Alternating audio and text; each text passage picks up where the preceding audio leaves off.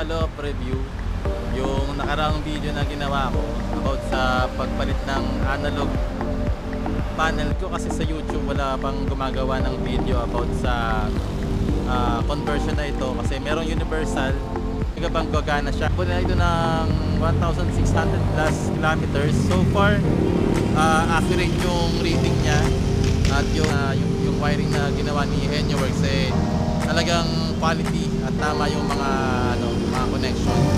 So far kasi ko rin siya, na-compare ko rin siya sa reading ng Google Maps at saka yung sa oras, kung tama pa rin ba yung ma-maintain niya ba yung oras. Number one na problema nang nagko-convert sa mga from analog to digital yung pag-maintain ng clock.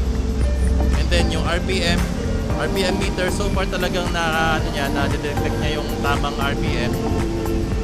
Naitulong sa akin itong conversion nito, hindi na ako masyadong kinakabahan kung safe pa bang mag-rev o kailangan ko na bang medyo bawasan. May dagdag forma din. Nag-start ako mag-motorcycle, talagang naging fan ako ng MotoGP motor na yon. So di naman natin afford yan. Kaya doon lang tayo sa medyo kaparehas na forma, discipline, sport bike. So nasa racing pa din siya. Lang lahat ng parts, medyo konting tune up lang. Focus ako talaga sa stability, yung durability ng motor, yung service life niya.